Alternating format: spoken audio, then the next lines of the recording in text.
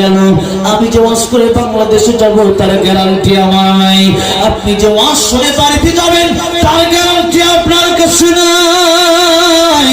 এই জন্য মরণের আগে ভালো হতে হবে বলতে আগামী শুক্রবারে ভালো হলে চলবে না, ভালো হলে আগামী শুক্রবারে ভালো হওয়া লাগবে না, এখন ভালো হওয়া লাগবে, তখন ভালো হওয়া লাগবে। আমার আপনার জানা নাই আগামীতে আমি আপনি বাঁচবো কি বাঁচবো না, কোন দিন কয়দিন বাঁচবো আর কত বছর বাঁচবো জানা নাই জানাই।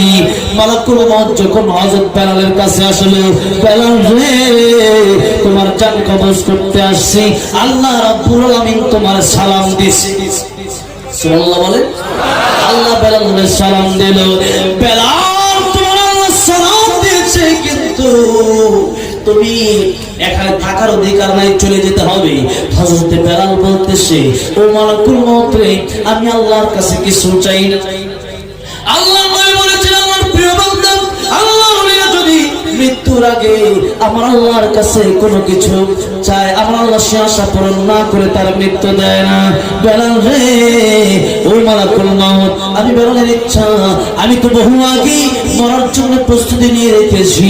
আমার ইচ্ছা হলো আমি যেহেতু শহীদ হতে পারি নাই, আমার আল্লাহ রাব্বুল আলামিন আমার আল্লাহকে আমি সিজদা দিতে